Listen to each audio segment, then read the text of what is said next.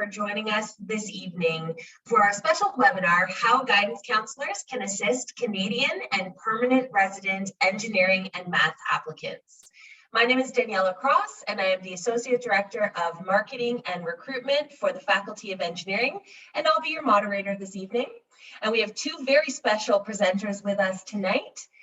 Professor William Bishop, who is the Director of Engineering Admissions for the Faculty of Engineering, and Heather Shaw, who is the Undergrad Recruitment and Admissions Officer for the Faculty of Mathematics. Before we begin, I'll give you a few housekeeping tips. Live transcript is available, so if you would like closed captioning, just click the CC button at the bottom of your Zoom screen. Please submit your questions using the Q&A button at the bottom of your screen. We'll be answering those questions through typed responses, and then we'll also ask as many as we can out loud at the end of the session after the slides. If you have additional questions or very specific admissions questions, please do email us. You can email engineering at enginfo@uwaterloo.ca or mathinfo for math questions at mathinfo@uwaterloo.ca. I would now like to share with you our University of Waterloo territorial acknowledgement. The University of Waterloo acknowledges that much of our work takes place on the traditional territory of the neutral Anishinaabe and Haudenosaunee peoples. Our main campus is situated on the Haldeman Tract, the land promised to the Six Nations that includes 6 miles on each side of the Grand River. Our active work toward reconciliation takes place across our campuses through research, learning, teaching, and community building, and is centralized within our Indigenous Initiatives Office. And we encourage you to visit nativeland.ca to learn more about the land that you occupy.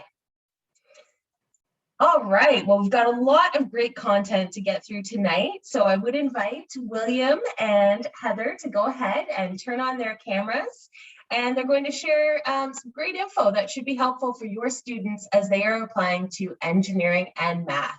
I'll turn it over to you now.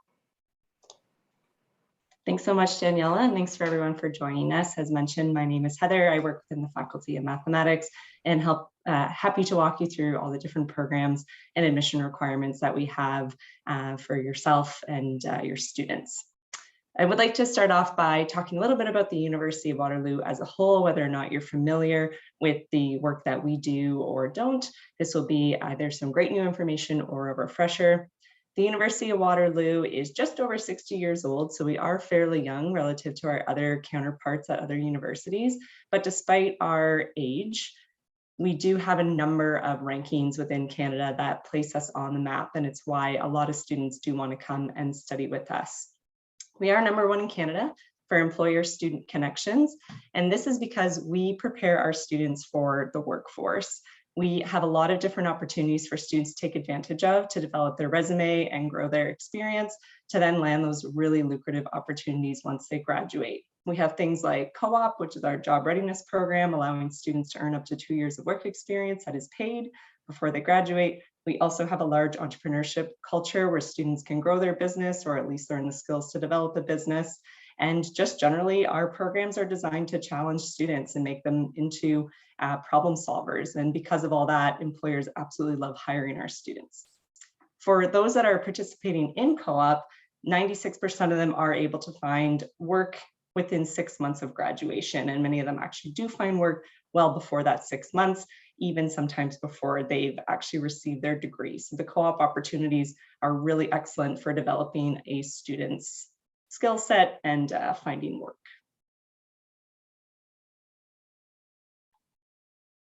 The University of Waterloo, for those that may or may not know, is located in the country of Canada.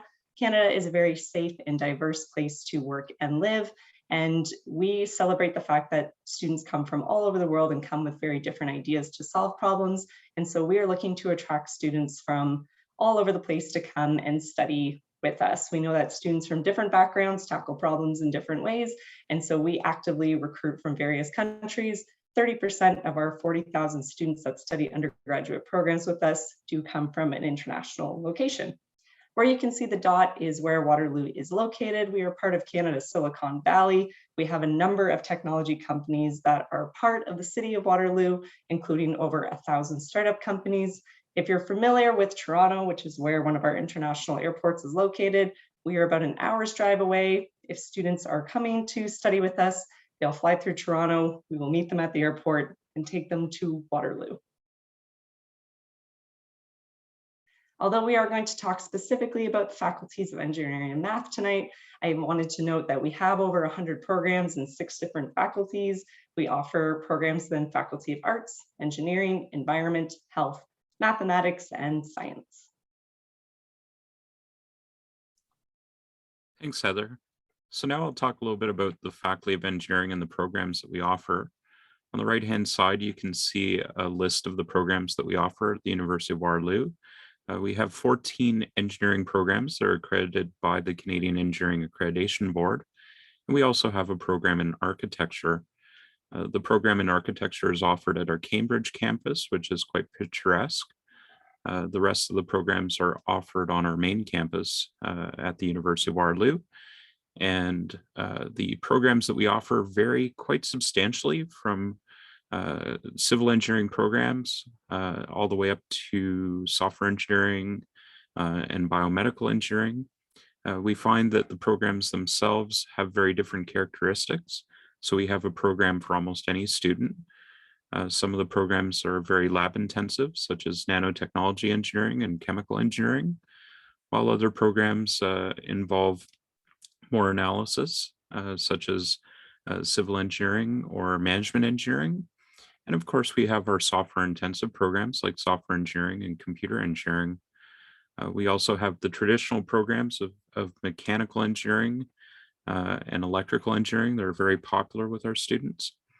And essentially, we have a program for every type of student that might be interested in studying engineering.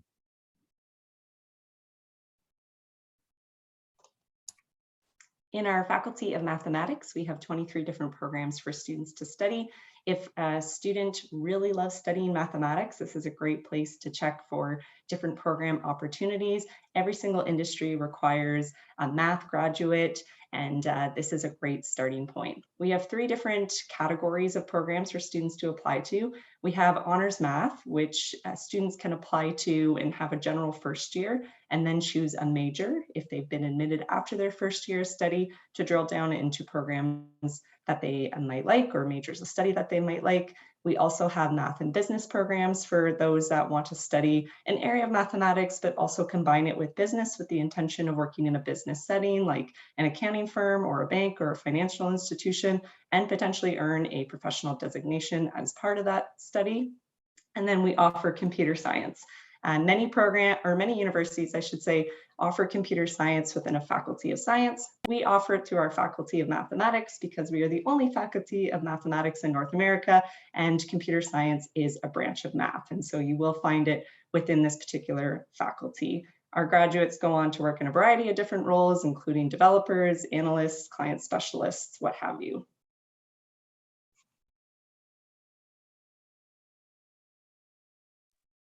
So one of the most popular questions that we get asked, and it's actually the question that's been asked in the Q&A, is what's the difference between computer science, software engineering, and computer engineering? So we have a slide here that's designed to help us understand what the differences are. The computer science program is offered by the School of Computer Science, which is housed within the Faculty of Mathematics.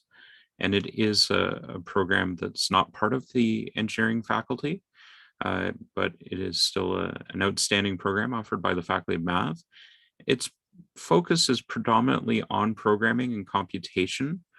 Students will spend a lot of time working on software design courses, but they'll also investigate algorithms and mathematics along the way. They have a fair amount of flexibility in their course schedule, as well as in their course load. And they have access to all of the elective courses that are offered by the School of Computer Science. This program is offered in both a traditional 4-year program, which does not have co-op, as well as a co-op 5-year program. So students have the flexibility to choose whether they'll be in co-op or not. The potential careers, of course, can lead to software development, as well as people that might go on to work in games development or quality assurance or databases. When we look at software engineering, this is a program that's offered jointly by the Faculty of Engineering and the School of Computer Science and the Faculty of Math. The software engineering program is an engineering accredited program.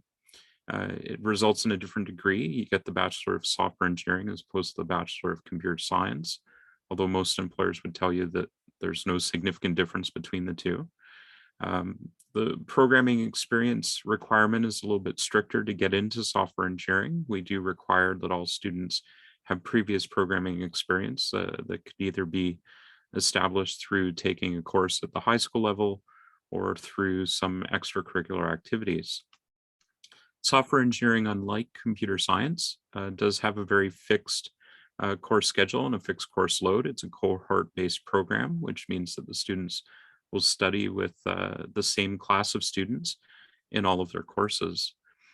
Students in software engineering have access to courses from both the School of Computer Science as well as the Faculty of Engineering for computer engineering and electrical engineering, for example. Many of the courses in the software engineering program are not directly related to computer programming because as an engineer, students are required to establish a basic competence in all aspects of engineering design. So that's one of the significant differences. There's less focus on software development in software engineering than there is in computer science. But it can still lead to the same types of jobs after graduation. And we see a list of the potential careers at the bottom here. Computer engineering is often thought of as another programming focused program, but in fact, it focuses on the development of both computer hardware and computer software. So students will spend some time learning computer programming concepts, but they'll also spend quite a bit of time working on electronics and transistor theory and communications theory and so on. Again, it's an engineering accredited program leading to a Bachelor of Applied Science, which is the typical degree at the University of Waterloo for an engineering program. And the key features of the program is that it's a co-op program with a fixed course schedule and a fixed course load. It's important to note that computer engineers do not always have access to courses from the School of Computer Science. So that is one significant difference in the program, and the courses may not fit into the schedule. The types of careers that students can have will still include software developers, but will also include things such as hardware design, network design, robotics engineers. And here we see kind of a pictorial overview of the three programs. There's overlap between all three programs. At the intersection, a student that wants to do software development, artificial intelligence, and gain co-op experience can do that for many of the three programs. Clearly, the computer engineering program is a bit better suited for people that want to do hardware design or actually work on applications that are engineering applications. Software engineering's more designed for students that want to apply software to solve engineering problems.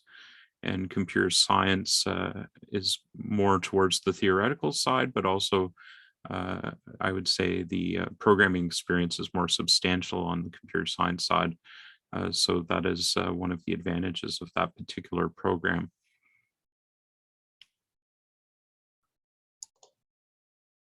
Professor Bishop and I have only really just scratched the surface of the programs that we offered, with some deep dives in certain areas.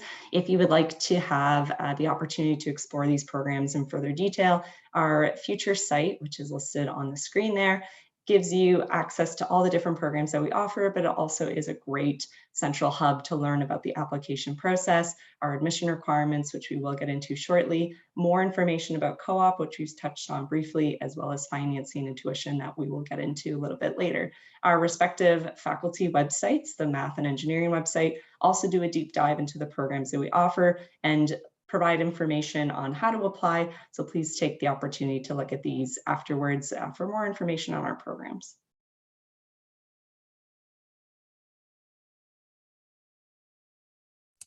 So here we have the list of the courses that are required in the Ontario Secondary School curriculum for engineering and mathematics and computer science. On the left, we have the courses for engineering, and these would include advanced functions, calculus and vectors, chemistry, physics, English, and one other 4U or 4M course. We're often asked whether it matters whether it's a 4U or a 4M course, or whether one is given preference over the other. And the answer is it doesn't. As long as it's a 4U or 4M course, it will suffice as the other course that's required. Students are required to have a minimum final grade of 70% in each of their courses, although most of our applicants would typically have grades vastly in excess of 70%. Software engineering additionally requires programming experience, which we mentioned earlier. And I should point out that an 85% average requirement is required as well, although it's not mentioned on the slide. On the right, we see the requirements for mathematics and computer science. Clearly, the focus is on mathematics in terms of the required courses. So you have advanced functions and calculus and vectors, as well as any grade 12 U level English. And students are also required to have one other 4U course and 2 other 4U or 4M courses. So we can see here that a student that would qualify for engineering would definitely qualify for mathematics and computer science, because they would have in this case, 6 4U courses or 5 4U courses, depending upon whether there's 6 courses 4U or 4M. But the important thing to keep in mind is that mathematics and computer science has a bit more flexibility in the courses that students can study at the high school level, whereas in engineering, the course requirements are a bit more rigid. We also have the required courses for the American curriculum. If there's any students that you're advising that perhaps have studied in the American curriculum, these would include AP Calculus and AP Physics for engineering, algebra or pre-calculus, chemistry, grade 12 English, and one other grade 12 academic course. For the American curriculum, a minimum final grade of 75% is required in each required course, which is a little bit higher than what we have for the Ontario secondary school curriculum. And a minimum average of 88% is required in the 6 courses. Again, a little bit higher than what we require in the Ontario curriculum. Software engineering, of course, still requires prior programming experience. For math and computer science, AP Calculus with a minimum final grade of 4 is required, algebra with pre-calculus, grade 12 English, and another grade 12 academic course. Overall, the grade 12 average for mathematics and computer science is required to be 90%, which is slightly higher than engineering. It should be noted that this year ACT and SAT results are not required. Students admitted to an engineering program are also not eligible for AP transfer credits. I know a lot of students are disappointed by that, but there is a rule in the accreditation process that courses need to be approved by the accreditation body, and we do not have the ability to accredit courses at other schools. For students studying in the IB curriculum, we recommend the high level of mathematics, analysis, and approaches, and the high level of physics. As well, students are required to take chemistry, English A, and one other high level or standard level course. A minimum final grade of 4 is required in each of these courses for engineering, and a total of 32 is required, although many of our applicants typically have higher than 32. For mathematics and computer science, high-level analysis and approaches with a minimum of 6 is required. A high-level or standard-level English A is required, and again, a total of 32, although that is the bare minimum for admission. In total, students should have 6 IB courses, and at least 3 must be at the high level. For our most competitive programs, which of course would be computer science, software engineering, and biomedical engineering, those programs generally need 6s and 7s for admittance to the programs. And it should be pointed out that the total scores exclude the diploma points. And again, with respect to transfer credits, we can't offer transfer credits for IB courses to engineering programs. If there are any students studying in the Indian curriculum, The standard 12 course in mathematics, physics, chemistry, and English are required, as well as one other standard 12 course. A minimum final grade of 70% is required in each of these courses. For math and computer science, standard 12 mathematics is the only one that's accepted. We won't accept the applied mathematics, and there's a minimum final grade requirement. Standard 12 English is required, as well as one other standard 12 course with a minimum final grade requirement. All standard 12 courses have a minimum final grade requirement of 80%. And students will be evaluated for admission based on all of their previous results, quite honestly, the 10 board examination results, the 11 school grades, and predicted grade 12 board results. So we kind of look at all of the available grades to make our assessments. Now, for all of our applicants, we tend to talk in terms of probabilities of admission as opposed to cutoffs. And the reason for that is that we do place heavy emphasis on supplementary information in the form of an admission information form referred to as the AIF. In the Faculty of Engineering, we also have an online interview, which plays into our admission decisions. Most of our successful applicants often have an admission average in the high 80s to mid 90s. And for our most competitive programs, we would even say that the admission average is typically in the high 90s. So if you're looking at software engineering, computer science, and biomedical engineering, those programs typically have a high 90s average for admission. It's important to note that no admission average will guarantee an offer of admission. Certainly, there are some exceptional students that have fantastic grades that are not admitted to programs like software engineering because they don't have the programming experience required to be admitted. Also, there may be students that have very exceptional high school averages, but unfortunately are missing one or more of the required courses. So they also will fail to get an offer of admission.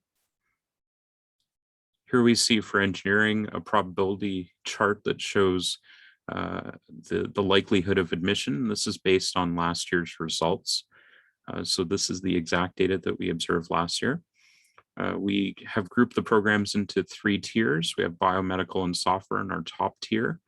And the probability of acceptance for a student with a 95 average or greater was approximately 33% last year. Most of the students that were accepted were in the high 90s. So typically you needed an average of 98% or better for software engineering. For biomedical, it was slightly lower, but it was still probably in the 97% range. This is not to say that students with lower averages can't be admitted. Certainly last year we saw many students get admitted with an average between 90 and 94. Although the probability of acceptance is low, it's important to realize that we had many exceptional applicants that would have fallen into that grade range. So if you have hundreds of applicants in that range, there's actually quite a large number of applicants that were admitted. When we go to the second tier of programs, we see the more traditional programs of computer engineering, electrical engineering, mechanical engineering, and then we see mechatronics and systems design engineering, which are a little bit more specialized and perhaps a little less known, but still fantastic programs. These programs are ones where a student with a 95 plus average will have a very good chance of being admitted, at least 70%. And students with a low 90s average still have a pretty good chance of being admitted, about a 1 in 4 chance. And we do find that some students will get admitted even with a high 80s average. These would be students with exceptional extracurricular activities and exceptional interviews. Our bottom tier programs are some of the more traditional low demand programs, such as civil engineering and chemical engineering, as well as environmental and geological. And we see 2 of our newer programs, architectural and management. These programs have not yet had as many applicants as some of the other programs simply due to the fact that they're relatively new. For this tier of program, we find that students with a 95 plus average are as close to guaranteed to receiving an offer of admission as anyone. About 9 out of 10 students will receive an offer of admission in that range. We have about a 7 out of 10 chance for students in the 90 to 94 range, and about a 1 in 8 chance for students in the 85 to 89 range. But I'll point out that some of these programs are more competitive than others. Certainly, if you were looking at programs like civil engineering, environmental engineering, and geological engineering, the offer rates, if you will, and the acceptance rates tend to be much higher in the 85 to 89% range than, say, architectural engineering or management engineering. Just to give you an idea of how many applicants apply, about 14,000 applicants apply to Waterloo Engineering in a typical year, and about 3,600 of those applicants are just to software engineering and computer engineering alone. That's actually our highest demand programs. We have about 4,000 applicants that are offered admission. About 2,000 applicants accept offers of admission, and about 1,800 students register in first-year classes in a typical year. In addition to grades, and we've touched on this a little bit already, students are required to complete an admissions information form with their application. The best way to describe the admissions information form is an opportunity to brag. It is really our way to get to know students apart from just seeing their transcripts. So it is important that they complete this because it is required for admissions, but it really is the best way for us to choose the most well-rounded students for our programs, particularly because they are competitive to get into. And so we want to make sure that we are filling the seats with the best and the brightest students. The information that we collect on the admissions information form is broken into different categories. They're very pointed questions that we ask, but essentially we are just looking for students to share the information that makes them special. So this could be things like sports that they're participating in, musical instrument that they're playing, apps they're developing, awards or contests that they've won. We're not looking for one particular thing. It can be quite diverse what students submit, but ultimately we are looking to find out more information about our students. We recognize that because of the pandemic, many students have been at home and haven't been able to participate in the typical opportunities of high school. We still are looking to know what students are doing outside of their study hours or classroom hours, as that is valuable to us. So this could be things like tutoring a family member or a classmate, caring for a family member. It can be quite diverse. It's important to note that engineering programs will only allow students to apply to one engineering program, and that is because it is so specialized in year one. The admissions information form is where students can indicate the second program and third program that they'd like to be considered for if their first choice is not offered to them.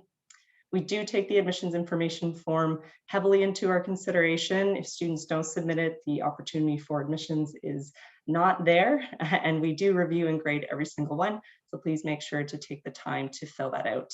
Your application is not complete without the admissions information form. And as we indicated earlier, there's also the opportunity for students to complete an online video interview for the Faculty of Engineering.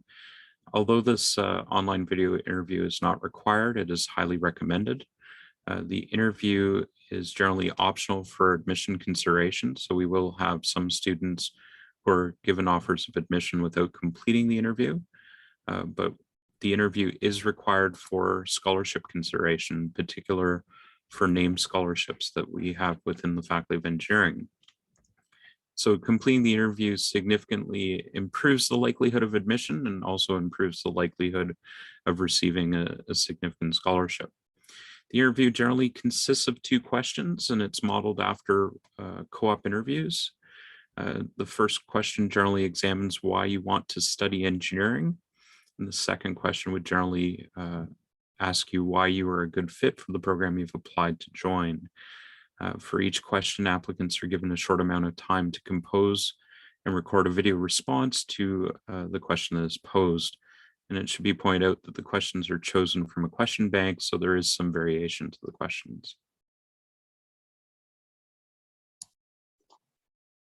If English is not the primary language of instruction for the past my apologies. If English is not the primary language of instruction for the past 4 years in high school, a student will need to provide an English language test with their application. There are particular requirements that are needed, and these are the tests that we will accept for admissions. Anything that is not listed here will not be accepted. Students can write that and have the organization that they write through submit that directly to us. If students are very strong academically, they've satisfied our admission requirements, but their English language scores fall just below what we require for admissions, it is possible for students to receive an alternate offer to our Bridge to Academic Success in English or BASE program. This is not a program that students can apply to directly. It is at our discretion to admit them, but it essentially is a foundation term or set of terms where students will learn English to be able, or not learn English, but improve their English so that they can communicate effectively and understand the content of our courses.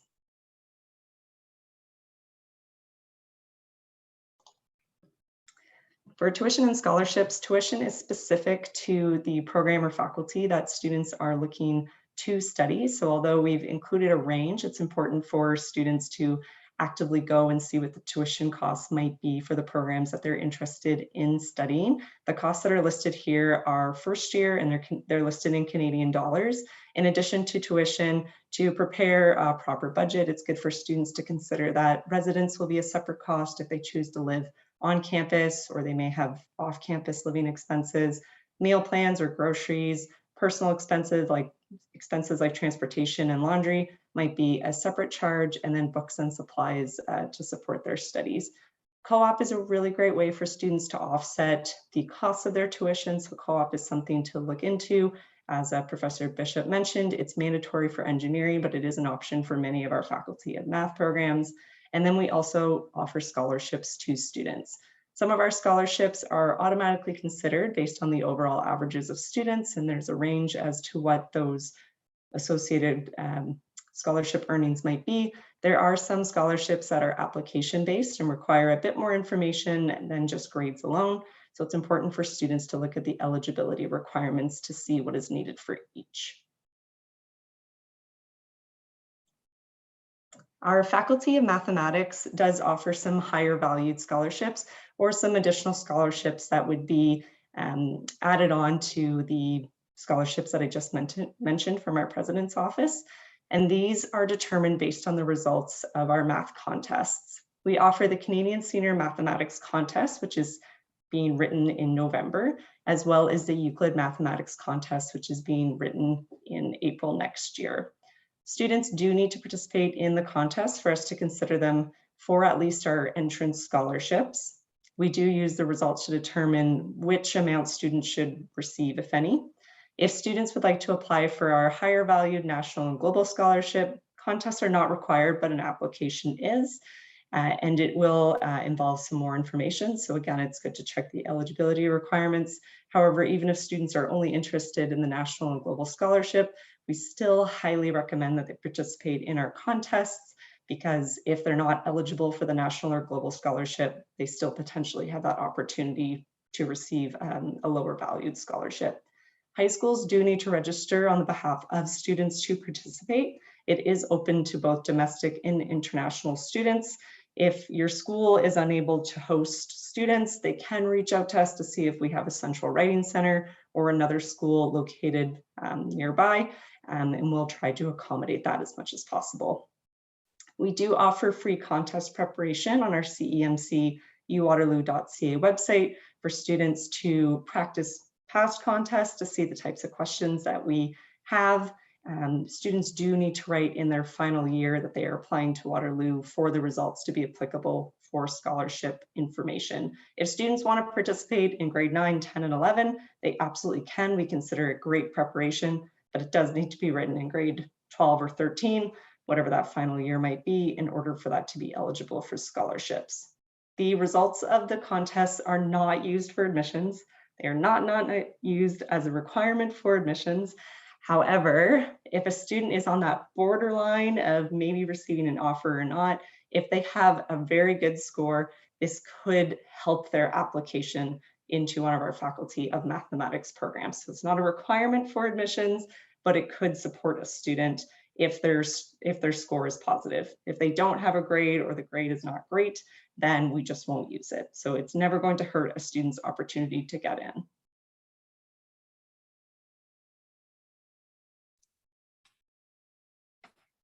So here we have the admissions process and timelines. Fall 2022 applications are now open. In fact, we've had quite a number of applicants already apply to the University of Waterloo. The deadline for applying is February 1st, 2022, and that's for both the Faculty of Math and the Faculty of Engineering. Students apply through the Ontario University's Application Centre, which we refer to as UAC. Confirmation of application typically takes anywhere from 5 to 10 days after submission to the Ontario University's Application Centre. And that's due to the fact that it takes us some time to download the data from the center. So once we get the updates, we then process it and then send out a confirmation of the application. The confirmation email will include next steps with instructions on how to set up the Quest account, which is our student portal, where students can submit supporting documents as well as complete the admission information form. All supporting documentation and the admission information form are required to be submitted by February 18th, 2022. So if a student waits until the February 1st deadline and it takes 10 days to confirm application, they may only have about 8 days to complete the AIF and provide all the supporting documentation. For this reason, we encourage students to apply earlier and to work on the admission information form well prior to the February 18th deadline. As far as when our decisions made for the Faculty of Engineering, we have two main admission rounds, an early round the last week in March and a final round the first week in May. In the Faculty of Math, most of the admissions are done towards the end of, or towards the first week in May in what would be the final round. There's, of course, a few admission decisions that may be made at other times on a case-by-case basis. For the Faculty of Engineering, we may have students who have received offers to other universities where the universities may be requiring them to put down a down payment or pay a deposit. And in those cases, we may elect to provide a student with a decision prior to our official round. But it's important to note that generally speaking, we try to give out about half of our offers in the Faculty of Engineering in the early round, which is the last week in March, and about half the offers in the first week in May. The Faculty of Mathematics, as I indicated, is less likely to make offers in March and typically waits to give out most of its offers in the mid-May timeframe. Here are some hot topics that we often get asked questions about. If students have taken English as a second language courses, they may be required to provide proof of language proficiency through the form of an English language proficiency test for the Faculty of Engineering. If a student has taken an ESL course within the 2 years prior to the requested start date at Waterloo, they should anticipate that they'll be asked to provide one of these tests. They will be notified sometime around the end of February that the test is required. But again, they should anticipate that and try to take the test earlier so that they can provide the grades when requested. Students often ask if it's easy to transfer programs. For engineering, programs are direct entry, which means that the programs are discipline specific in their first term of studies. This means that transferring between programs may be difficult and may delay graduation. Often students who decide to transfer from one program to the next find that they have to repeat terms in order to do so. And it's only possible if spaces exist. And unfortunately, spaces rarely exist and the process is highly competitive. For the Faculty of Mathematics, the programs are competitive for entry, and transfers, again, are very difficult to accomplish in those programs because there have to be spaces available in the programs.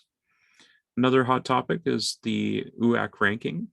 We do not generally take into account how an applicant ranks a Waterloo program on their UAC application, and it will not impact their admission decision.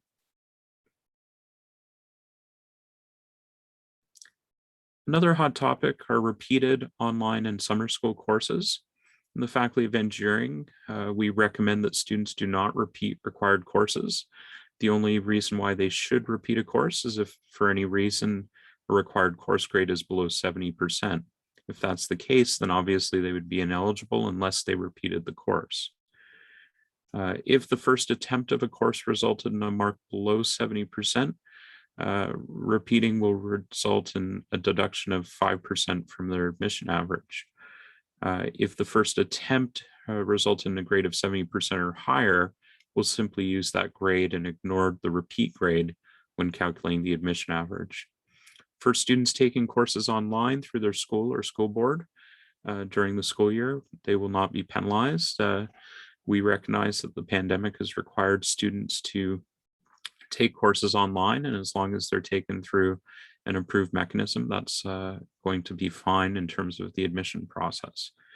When students take courses during summer school, their grades will be adjusted. The reason for that is that by taking courses in summer school, they're often reducing their workload in other terms, and by balancing the workload, it allows them to improve their overall average. For mathematics and computer science, repeating a required course or taking it outside of regular day school could jeopardize an applicant's chances of being admitted to the Faculty of Mathematics.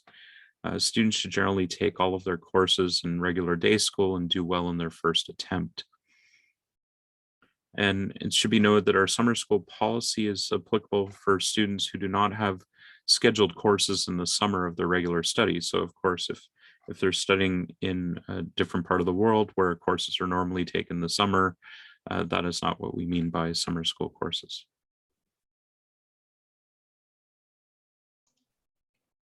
Professor Bishop and I have shared a lot of information for students, and of course, this information isn't a secret to this presentation alone. All this information is available on our Future Students website, as well as our math website and engineering website. You can certainly take a look at this information at a later date to digest it and think about it. For your students, we have a number of different brochures and online resources for them to look through the programs in our booklets if they'd like to go through that in a very tactical way. We also offer a variety of webinars that are similar to this, discussing admissions, but also comparing our programs, talking about what it's like to be a student at Waterloo. These also include virtual campus tours or information on how to come for a physical tour.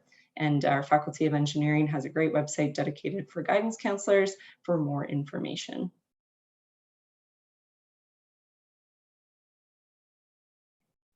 If you are supporting students who might be studying in Canada, but perhaps have citizenship elsewhere, we have a lot of great resources for students who are studying with us from abroad.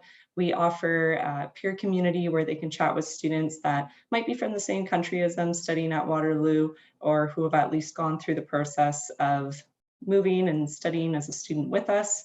We offer supports through our immigration consulting team. They can walk students through a study and work permit in the process for that. There's also, through our student success office, some great opportunities to receive personal guidance in the form of orientation, understanding quarantine package requirements, and airport pickup.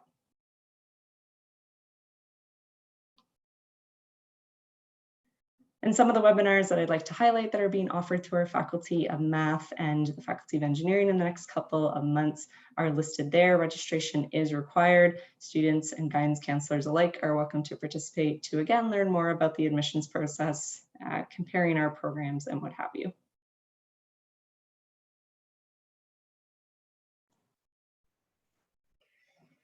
Thank you so much, Heather and Bill. That was fantastic, and we got through a ton of information there. So just a reminder once again, if anyone does have additional questions, you can always email us at enginfo@uwaterloo.ca or mathinfo@uwaterloo.ca. And please do check out our website as well, uwaterloo.ca/future. So we are going to switch over now to our live Q&A panel. I know that a ton of questions have been submitted, and we've got a great team in the background there answering those questions. But I'm going to ask a few of them out loud for the next 15 minutes or so. So the first question that I'd like to start us off with, and maybe we can start with Bill for this one, is how does the Waterloo engineering and math admissions timelines compare to other universities? Sure. So, I mean, the one thing to keep in mind is that compared to US schools, we're a little bit later. We do line up very well with, of course, Ontario schools, which have a deadline for getting out our offers of admission, usually in the first couple of weeks of May, with the deadline for acceptance being June 1st. But definitely we are later than some schools in other jurisdictions, and we're aware of that. That's partially due to the fact that we want to wait for as many final grades as we can so we can make a better assessment of the applicants and ensure that the right applicants get admitted to our programs. Okay, excellent. And under what circumstances would someone be able to get an early admission offer? And we did have a question specifically about software engineering or computer science, but maybe you could explain a bit about the early offers and how that may work for a student. Yeah, so I mean, we do have an early round of admission offers for engineering. So software engineering would consider applicants, and usually the top applicants will receive an offer in that March timeframe. But if a student does not receive an offer, and it's not unusual for a student to not receive an offer because there's still many exceptional students that will not receive offers in the March timeframe. If they don't receive an offer, but they have a financial commitment that's required for another offer at another university or college, they can reach out to us by contacting our admissions officers, and we will do our best to try to consider their application and make an informed decision. Okay, fantastic. Thanks, Bill. Okay, Heather, question for you now. How long does it take most students to write their AIF? And what sort of unique information do they include? Do you have any tips around that? The timeline for when students write it really does vary. Some students really right out of the gate of receiving it want to submit it that same day. Some will take weeks or months even.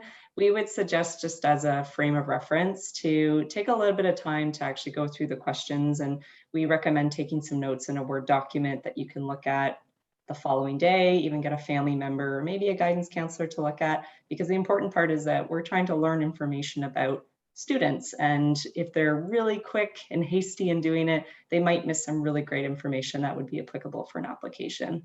So we say take a little bit of time to look at it. About 2 weeks, probably don't aim for any more than that. But of course, it also depends when students have applied. If they're really close to that February 1st date and we need information by the 18th, well, then you might be doing it the same day that you've received it from us. So that's why Professor Bishop has reiterated, don't wait till the last minute, give yourself a little bit of time, and the AIF will serve you well for that as well. Great, thanks, Heather. That is great advice. Question now for Professor Bishop. Does Waterloo offer any full tuition scholarships for math and engineering? And if not, what are some of the more generous scholarships that are available for students? Sure. So we don't have full ride scholarships for the Faculty of Engineering. We generally have the co-op program, which students are paid to work during their co-op experiences, and that helps them pay a lot of the costs of their education. We do have some scholarships, and new ones are always coming into existence. So I always encourage applicants to check out our scholarship database that's available on our website to find out what's available. I know for the Faculty of Engineering, we have some scholarships and bursaries. They're in the $18,000 range, for example. And there are new ones that are being added every year. So it's hard to keep track of all of them. There's over 100 scholarships just for engineering, and I'm sure there's many for math as well. So I always encourage students to reach out to the scholarship database to check out what's available. Great, maybe Heather wants to add something to that. Yeah. I think you've hit it on the nail on the head there, Professor Bishop. The only thing I'll add is we do have one of our math scholarships, the national and/or global, at about $25,000. So that would be our highest valued one. And actually, Heather, may I ask, are supplementary applications required for any of these scholarships, or are students automatically considered for all scholarships? Great questions. When it comes to the President Merit Scholarship, they're based purely on overall averages. So not curriculum specific, it is just based on the overall average, which is converted to a percentage. There are other ones though, like our Math Entrance Scholarship, which does require participation in at least one of our math contests. We do recommend both if students can, but at least the one. And then national and global scholarships will require the admissions information form as well as a formal application answering very pointed questions. And as Professor Bishop mentioned, there's a whole database of bursaries and scholarships. Each of them would have other eligibility requirements. So it's a good idea for students to take the time to read through them and also be mindful that some have specific dates to apply to. So keep that in mind as well. Okay. And when are students notified if they have received a scholarship, and how are they notified?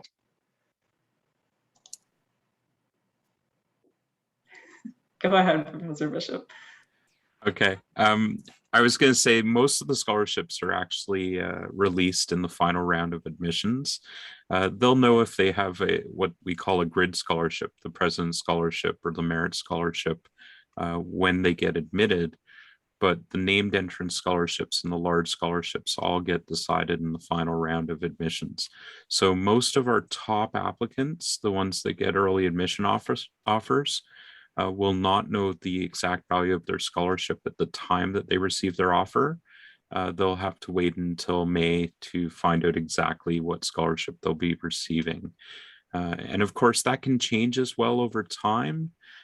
Last year, we had a couple of applicants who unfortunately did not accept our offers. And as a result, we were able to make a few more scholarship offers at the last minute as well. Okay, thank you so much. That's very helpful. Heather, I know you spoke a lot about contests. Do you have any advice for students as to how they could practice for the math contests or prepare? What do you recommend that students do? Yes, absolutely. So our Center for Education, Math and Computing, or CEMC for short, they're our outreach team that's affiliated with our Faculty of Math. They're the ones that create these contests. And because they are involved with writing them and then actually grading them once students have completed, they have a whole website dedicated to these contests, and they have problems that they have had students write in the past. So if students want to get a sense of the type of problems that they can expect on the contest, it's a really great idea to go to that website and try out some of the problems. The biggest thing for students to be mindful of with these contests is that each question sort of builds to be more challenging as it keeps going. So the problems themselves are a challenge, but because it's a growing of difficulty, a lot of students just don't even finish answering all the questions. So it's a good idea to do the contest just to practice the timing of students actually writing, because that's one of the biggest issues. If a student is not in their final year of study, so they're not in grade 12 or 13, then participating in the contest if their school is writing in either grade 9, 10, 11 is also really great preparation. Okay. And what if a school is not participating in a contest? What can a student do to participate? Yeah, absolutely. So the high school does need to register because there's a nominal fee associated, and the school does proctor the students who are writing. So it's a bit of a integrity requirement that we have. If a school isn't willing to offer that opportunity for students, they can reach out again to our Center for Education, Math and Computing, and we will do our best to find them another school that's willing to accept them to write, or a writing center that may not be a school, but is a space for students to participate. Okay, fantastic. Thank you so much. So we had a question about extracurricular activities. So maybe Professor Bishop, if I could start with you on that one. How do extracurriculars play a role in admissions overall? That's a great question. Often people will ask, is one particular extracurricular activity more valuable than another? And the answer that I usually give is that we look for the amount of effort that's expended on the extracurricular activity, because that affects how much time a student can devote to their grades. And we also look at the types of skills that they gain from doing the activity. So if it's work experience, have they learned soft skills that they can apply and identify on their resume. So that will help them in their co-op job search. If it's a contest, for example, how much time was spent preparing for the contest and how well did they achieve in the contest is important. Is it a local contest or a national contest? That makes a big difference. If it's something like volunteer work, we're looking for more than the minimum number of hours that are mandated by the government for volunteer work. In the province of Ontario, they have mandatory volunteer work, which is unusual, but that means that if you do the bare minimum, that really doesn't count for anything. So we're looking for students that go above and beyond. We don't place any particular emphasis on one type of activity over another, with the exception of programs like software engineering, where we look for software specific experience. So if a student has participated in the theater or in the arts or in music, that will count the same as participating in a robotics competition or participating in a math contest in many cases. Okay, fantastic. Heather, did you want to add anything to that in regards to math applicants and just anything perhaps unique you've seen in terms of things that may not occur to students to include on their AIF as they relate to extracurriculars or hobbies or volunteer work? I think Professor Bishop covered it all. I will just note that although we use the results of the math contest for scholarship consideration, even if a student doesn't do terribly well, it's still information that they can add to their admissions information form. And it doesn't strictly have to be the two contests that I mentioned, which are Euclid and the Senior Canadian Math Competition. Students can participate in the Canadian Computing Competition, FERMAT, Euclid, Euler. We have so many contests that students can participate in at various levels. Fantastic, thank you. Professor Bishop, we have a few questions about co-op. And I think in the context of guidance counselors and how they can help students prepare or just understand what to expect, could you give a little bit of insight into what the co-op program looks like? When does a first-year student actually start applying to co-op jobs? And how does that work within engineering? Sure. So applicants that are admitted to co-op programs can find themselves applying for co-op jobs in their first term of studies. It depends upon the stream of co-op that they're in. Some programs have what we refer to as 4-stream programs, where after one academic term, students will be going into their first work placement.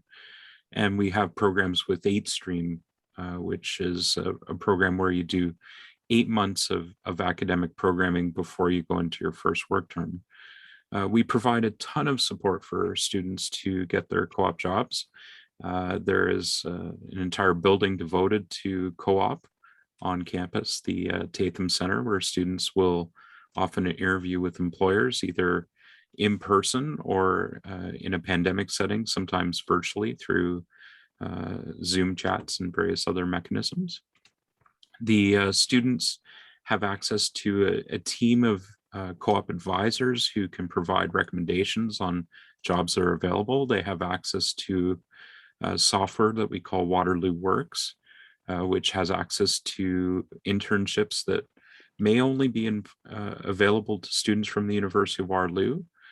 Sometimes the students are competing against students from other schools, but often the jobs are devoted to students from the University of Waterloo, and we have a huge network of alumni and employers that support our students. So it's actually a great program. It's the oldest co-op program of its type in the world, and it's actually a fantastic opportunity for students to get 24 months of work experience working at up to 6 different jobs in 6 different locations. Awesome, thank you. And Heather, would you like to add anything related to co-op experiences for math students? Sure, yeah, with the Waterloo Works, with Waterloo Works that Professor Bishop described, there are over 7,000 employers that post positions with us. So students really do have the full scope of opportunities to be applying to. We tend to find with our math students that they will often work as analysts or IT help desks or developers. There really is a large range that they can apply to since they have access to any jobs, but those would be some pretty typical job descriptions that we would see. They very much are working on solving problems, either using numbers or patterns or puzzles, and really every industry needs that, but those are very common titles that we see of our students. Excellent. Thank you so much. I would like to finish us off this evening with one final question for both of you. And I'll maybe start with Professor Bishop and then Heather, if you'd like to add anything. But just if you have any final words of advice for the counselors who have joined us this evening on ways that they can best support their students through the application process for engineering and math. Professor Bishop, may I start with you, please? So I guess the best piece of advice I can give is to make sure that students apply for the program that they want to study, not the program that their friends are taking or the program that their parents necessarily want them to take. It's important for them to be passionate about what they are studying, because otherwise, quite honestly, they won't be successful in the program, and we want successful students. Students should try to take some risks when applying. We recognize that some of our best programs have fairly low probabilities of admission, but students do get into those programs, and certainly exceptional students always have a chance to get into any program. It's really up to them to put the time and effort into the admission information form and any supplementary materials, such as the online interview for the Faculty of Engineering. If they do a great job on those, even if their average is perhaps a little bit lower, they may get a surprising offer in May. And often we hear back from students who are very happy that they received an offer of admission, and a little bit surprised, but pleasantly surprised. So definitely encourage your students to apply, and encourage them to apply to the programs that they want, not just the ones that they're being told are the programs that they should apply to. Thank you. That's excellent advice. And Heather, any final words that you would like to share for our counselors this evening? Yeah, I'll be really quick. Get your students to do their research on programs. There are a bunch of programs that we offer that are very similar, so make sure that they're doing the research to make sure they're applying to all the ones that are applicable. And don't guess at our admission requirements. Don't make assumptions that we're going to like a particular course over another. Just look at our admission requirements, follow it to the letter of what we need, and ask questions if there's any confusion, and then just don't freak out. That is the thing I can sort of end on. Waterloo does take its time to make decisions because we have competitive programs, a few spaces. We know we take longer than other schools to give out an offer, but we will give a decision to every single program that a student has applied to. So if they haven't heard from Waterloo, it's not good or bad necessarily. We just take our time. Excellent. Thank you so much. And thank you once again to both of you for sharing some very valuable insights this evening. Thank you so much to everyone who was able to join us, and our team behind the scenes who was responding to all of the questions through typed responses as well. We really appreciate that also. A recording of this evening's session will be emailed out to everyone who has registered. And just a quick reminder that both math and engineering do have additional webinars coming up over the next couple of months. So please do visit our websites, and those are to help applicants out through the application process. So please do try to get your students to register for those. They will be helpful. Thank you all so much. Have a wonderful evening, and happy Diwali to anyone who is celebrating as well. Thank you, and take care, everyone.